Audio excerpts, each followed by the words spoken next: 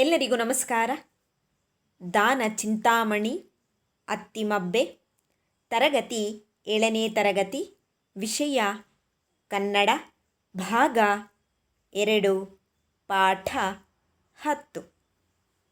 ಮಕ್ಕಳೇ, ಪಾಠದ ಹೆಸರು ದಾನ ಚಿಂತಾಮಣಿ ಅತ್ತಿಮಬ್ಬೆ. ಮಕ್ಕಳೇ, ನಾವು ಹಿಂದಿನ ಭಾಗದಲ್ಲಿ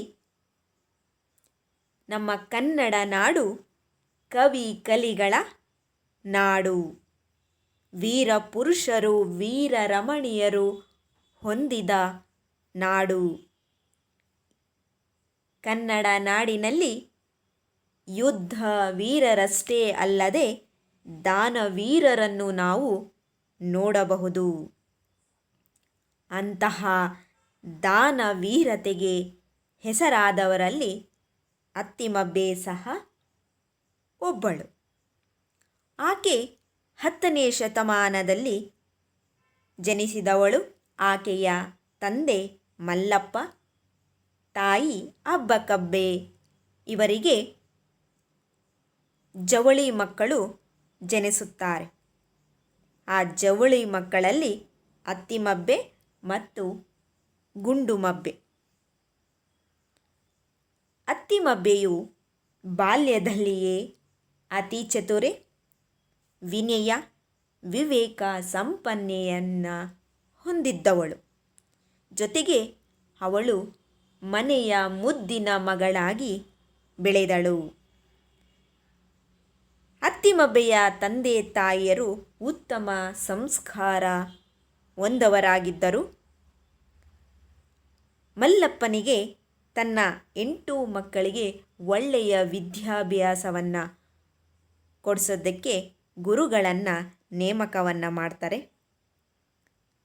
ಅತ್ತಿಮಬ್ಬೆಯ ಗುರು ಜಿನಚಂದ್ರ. ಆ ಜಿನಚಂದ್ರ ಗುರುಗಳಿಂದ ಜಿನ ತತ್ವಗಳನ್ನು ತಿಳಿದುಕೊಳ್ಳುತ್ತಾಳೆ. ಜೊತೆಗೆ ಆಕೆ ಅವರ ಅಣ್ಣಂದಿರೊಂದಿಗೆ ಸೇರಿ ಆಕೆ ಕತ್ತಿ ವರಸೆ, ಕುದುರೆ ಸವಾರಿ, ಬಿಲ್ವಿದ್ಯೆಗಳನ್ನು ಕಲಿತಳು. ಅಲ್ಲಿಯ ತನಕ ಹಿಂದಿನ ತರಗತಿಯಲ್ಲಿ ಆಗಿತ್ತು ಅಲ್ವಾ ಮಕ್ಕಳೇ? ಈಗ ಮುಂದಿನ ಭಾಗವನ್ನು ನೋಡೋಣ. ಮಹಾವೀರನೆಂದು ಪ್ರಖ್ಯಾತನಾದ ನಾಗದೇವನೊಂದಿಗೆ ಅತ್ತಿಮಬ್ಬೆಯ ವಿವಾಹವಾಯಿತು. ವಿವಾಹ ಸಂದರ್ಭದಲ್ಲಿ ಪೊನ್ನ ಮಹಾಕವಿಯ ಶಾಂತಿ ಪುರಾಣ ಪ್ರಕಟಗೊಂಡಿತು. ಮಕ್ಕಳೇ,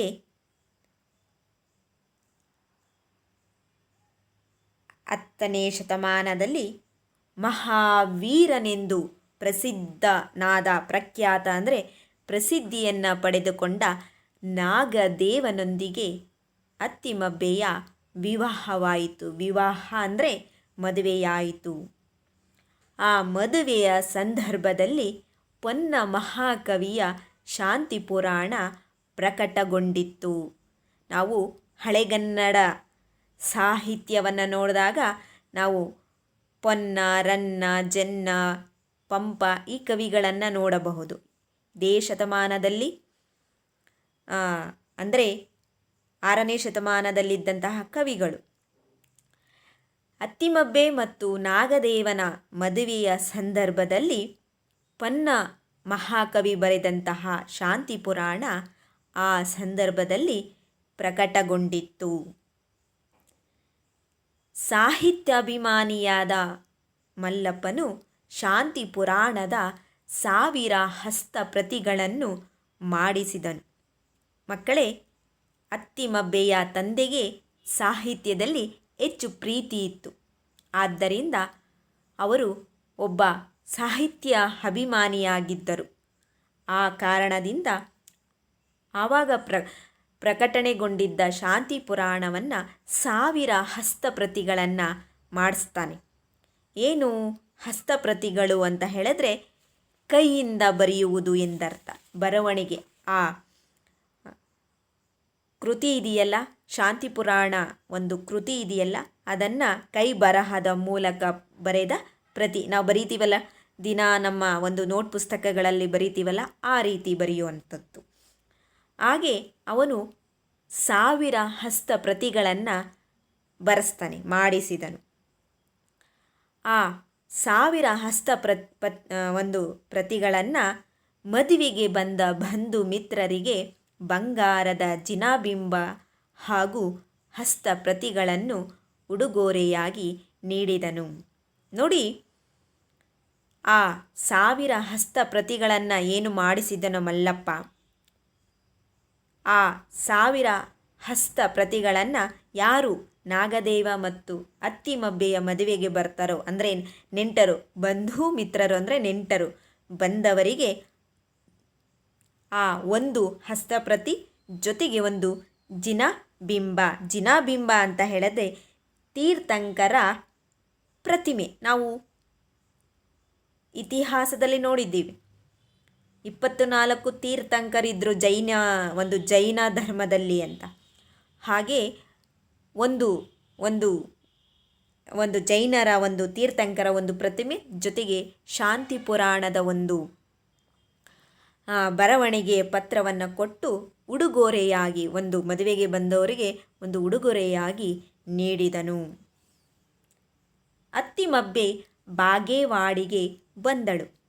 ಅತ್ತಿಮಬ್ಬೆಯು ಅತ್ತೆ ಮಾವನಿಗೆ ಮೆಚ್ಚಿನ ಸೊಸೆಯಾಗಿ ಪತಿಗೆ ತಕ್ಕ ಸತಿಯಾದಳು. ಮಕ್ಕಳೇ, ಮದುವೆಯಾದ ನಂತರ, ವಿವಾಹ ಆದ ನಂತರ ಅತ್ತಿಮಬ್ಬೆ ಬಾಗೇವಾಡಿಗೆ ಗಂಡನ ಮನೆಗೆ ಬರ್ತಾಳೆ. ಬಂದಂತಹ ಸಂದರ್ಭದಲ್ಲಿ ಅತ್ತಿಮಬ್ಬೆಯು ಅತ್ತೆಗೆ ಮತ್ತು ಮಾವನಿಗೆ ಮೆಚ್ಚಿನ ಪ್ರೀತಿಯ ಸೊಸೆಯಾಗ್ತಾಳೆ. ಜೊತೆಗೆ ಪತಿಗೆ ತಕ್ಕ ಸತಿಯಾದಳು, ಪತಿಗೆ ತಕ್ಕ ಹೆಂಡತಿಯೂ ಆದಳು. ತನ್ನ ಸನ್ನಡತೆಯಿಂದ ಮನೆಯಲ್ಲಿ ಎಲ್ಲರ ಪ್ರೀತಿ ಗಳಿಸಿದಳು. ಒಳ್ಳೆಯ ಬುದ್ಧಿ ಅಂದರೆ ಒಳ್ಳೆಯ ಗುಣ ಇದ್ದಿದ್ದರಿಂದ ಮನೆಯಲ್ಲಿದ್ದಂತಹ ಎಲ್ಲರ ಒಂದು ಪ್ರೀತಿ ಈಕೆಗೆ ಸಿಗುತ್ತದೆ. ಬಿಡುವಿನ ವೇಳೆಯಲ್ಲಿ ಪಂಪ ಮಹಾಕವಿಯ ಆದಿಪುರಾಣ ಹಾಗೂ ಪೊನ್ನ ಮಹಾಕವಿಯ ಶಾಂತಿ ಪುರಾಣಗಳ ಹಸ್ತಪ್ರತಿಗಳನ್ನು ಮಾಡಿಸುತ್ತಿದ್ದಳು.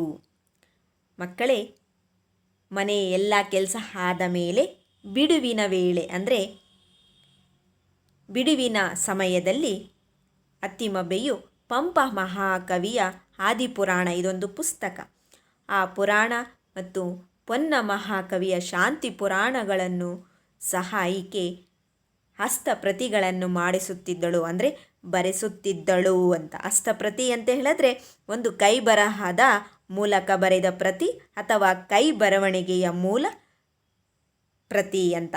ಆ ಶಾಂತಿ ಪುರಾಣ ಮತ್ತು ಆದಿಪುರಾಣಗಳನ್ನು ಈಕೆ ಬಿಡುವಿನ ಸಮಯದಲ್ಲಿ ಹಸ್ತಪ್ರತಿಗಳನ್ನು ಮಾಡಿಸುತ್ತಿದ್ದಳು.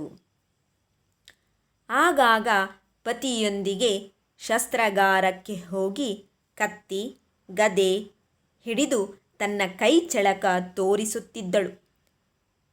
ಬಾಲಕನೊಬ್ಬ ಕಷ್ಟದಲ್ಲಿರುವುದನ್ನು ಕಂಡ ಅತ್ತಿಮಬ್ಬೆ ಮಮ್ಮಲ ಮರುಗಿದಳು. ಆವಾಗ ತನ್ನ ಗಂಡನೊಂದಿಗೆ ಶಸ್ತ್ರಾಗಾರಕ್ಕೆ ಅಂದರೆ ಅವರು ಕತ್ತಿ ವರಸೆ, ಗದ, ಕುದುರೆ ಸವಾರಿ ಹೇಗೆ ಮಾಡುವುದು ತರಬೇತಿ ಒಂದು ಶಾಲೆಗಳಿಗೆ ಹೋಗಿ ಅಲ್ಲಿ ಕತ್ತಿ ವರಸೆ, ಗದೆ ಹಿಡಿದು ತನ್ನ ಕೈ ಚಳಕವನ್ನು ತೋರಿಸ್ತಿದ್ದಳು. ಅಂತಹ ಸಂದರ್ಭದಲ್ಲಿ ಒಬ್ಬ ಬಾಲಕನನ್ನು ನೋಡಿದಾಗ ಆ ಬಾಲಕ ಕಷ್ಟದಲ್ಲಿ ಇರುವುದನ್ನು ಕಂಡು ಅತ್ತಿಮಬ್ಬೆ ಮಮ್ಮಲ ಮರುಗಿದಳು. ಅವಳ ಮನಸ್ಸಿನಲ್ಲಿ ಆ ಬಾಲಕನನ್ನು ನೋಡಿ ತುಂಬ ನೋವಾಗುತ್ತೆ. ಈತನಿಗೆ ಉತ್ತಮ ಮಾರ್ಗದರ್ಶನ ದೊರೆತರೆ ಪ್ರತಿಭಾ ಸಂಪನ್ನನಾಗುವನು ಎಂದು ಒಳಮನಸ್ಸು ಹೇಳಿತು. ಆಕೆಗೆ ಒಂದು ಒಳಮನಸ್ಸು ಹೇಳುತ್ತೆ, ಈ ಬಾಲಕನಿಗೆ ಒಳ್ಳೆಯ ಮಾರ್ಗದರ್ಶನ, ಒಳ್ಳೆಯ ಗುರುಗಳು ಸಿಕ್ಕಿದರೆ ಇವನು ಮುಂದೊಂದಿನ ಒಳ್ಳೆಯ ಪ್ರತಿಭಾವಂತನಾಗ್ತಾನೆ, ಒಳ್ಳೆಯ ಬುದ್ಧಿವಂತನಾಗ್ತಾನೆ ಅಂತ ಆಕೆಯ ಒಳಮನಸ್ಸು ಹೇಳಿತು. ಅಂತೆಯೇ ಬಾಲಕನಿಗೆ ಆಶ್ರಯ ದೊರಕಿಸಿಕೊಟ್ಟಳು. ಅವಳ ಮನಸ್ಸು ಏನು ಹೇಳಿತೋ ಹಾಗೆಯೇ ಆ ಬಾಲಕನಿಗೆ ಒಂದು ಆಶ್ರಯವನ್ನು ದೊರಕಿಸಿ ಕೊಟ್ಟಳು. ಅವನಿಗೆ ಏನು ವಿದ್ಯಾಭ್ಯಾಸ ಮಾಡೋದಕ್ಕೆ ಏನೇನು ಅನುಕೂಲಗಳು ಬೇಕೋ ಅದನ್ನೆಲ್ಲ ಈಕೆ ಮಾಡಿಸಿ ಕೊಟ್ಟಳು. ಮುಂದೆ ಆ ಬಾಲಕ ಹೆಸರಾಂತ ಗುರುಗಳಾದ ಅಜಿತ ಸೇನಾಚಾರ್ಯರ ಶಿಷ್ಯನಾಗಿ ವಿದ್ಯಾಭ್ಯಾಸ ಮಾಡಿದನು. ಮುಂದೊಂದಿನ ಆ ಪುಟ್ಟ ಬಾಲಕ ಹೆಸರಾಂತ ಗುರುಗಳಾದ ಅಜಿತ ಸೇನಾಚಾರ್ಯರ ಶಿಷ್ಯನಾಗಿ ತನ್ನ ವಿದ್ಯಾಭ್ಯಾಸವನ್ನು ಮಾಡ್ತಾನೆ. ಆಗ ಅಂತಹ ಸಂದರ್ಭದಲ್ಲಿ ಅತ್ತಿಮಬ್ಬೆ ಗುರುಕುಲಕ್ಕೆ ಸಾಕಷ್ಟು ಧನ ಸಹಾಯ ಮಾಡಿದಳು. ಯಾವಾಗ ಬಾಲಕ ಆಶ್ರಮದಲ್ಲಿ ವಿದ್ಯಾಭ್ಯಾಸವನ್ನು ಮಾಡುತ್ತಿದ್ದನೋ ಆಗ ಅತ್ತಿಮಬ್ಬೆ ಆ ಗುರುಕುಲಕ್ಕೆ ಸಾಕಷ್ಟು ಆಕೆಯ ಕೈಯಿಂದ ಎಷ್ಟು ಸಹಾಯ ಆಗುತ್ತೋ ಅಷ್ಟು ಧನ ಅಂದರೆ ಹಣದ ಒಂದು ಸಹಾಯವನ್ನು ಮಾಡಿದಳು. ಇನ್ನು ಈ ಭಾಗದಲ್ಲಿ ನಾವು ತಿಳಿದುಕೊಂಡಂತಹ ಮುಖ್ಯಾಂಶಗಳು ಅಂದರೆ ಪಾಠದ ಹೆಸರು, ಪಾಠದ ವಿವರಣೆ, ಇವುಗಳ ಬಗ್ಗೆ ಈ ಭಾಗದಲ್ಲಿ ತಿಳಿದುಕೊಂಡಿದ್ದೇವೆ. ಇನ್ನು ಪ್ರಶ್ನೆಗಳನ್ನು ನೋಡೋಣ ಮಕ್ಕಳೇ. ಪ್ರಶ್ನೆ 1, ಅತ್ತಿಮಬ್ಬೆಯು ಯಾರೊಂದಿಗೆ ವಿವಾಹವಾಯಿತು? ಪ್ರಶ್ನೆ 2, ಮಲ್ಲಪ್ಪನು ಎಷ್ಟು ಹಸ್ತಪ್ರತಿಗಳನ್ನು ಮಾಡಿಸಿದನು? ಪ್ರಶ್ನೆ 3, ಆದಿಪುರಾಣ ಕೃತಿಯನ್ನು ಬರೆದವರು ಯಾರು? ಪ್ರಶ್ನೆ 4, ಅತ್ತಿಮಬ್ಬೆ ಯಾರನ್ನು ನೋಡಿ ಮಮ್ಮಲ ಮರಗಿದಳು? ಪ್ರಶ್ನೆ 5, ಅತ್ತಿಮಬ್ಬೆ ತನ್ನ ಅಣ್ಣಂದಿರಿಂದ ಯಾವ ವಿದ್ಯೆಗಳನ್ನು ಕಲಿತಳು? ಮಕ್ಕಳೇ, ಈ ಎಲ್ಲ ಪ್ರಶ್ನೆಗಳನ್ನು ನಿಮ್ಮ ನೋಟ್ ಪುಸ್ತಕದಲ್ಲಿ ಬರೆದುಕೊಂಡು ನೀವೇ ಸ್ವತಃ ಉತ್ತರಗಳನ್ನು ಹುಡುಕಿ ಬರೆದುಕೊಳ್ಳಬೇಕು. ಜೊತೆಗೆ ನಿಮ್ಮ ಪಠ್ಯ ಪುಸ್ತಕದಲ್ಲಿರುವಂತಹ ಪ್ರಶ್ನೆಗಳಿಗೂ ಸಹ ನೀವೇ ಉತ್ತರಗಳನ್ನು ಬರೆಯಬೇಕು. ಎಲ್ಲರಿಗೂ ಧನ್ಯವಾದಗಳು.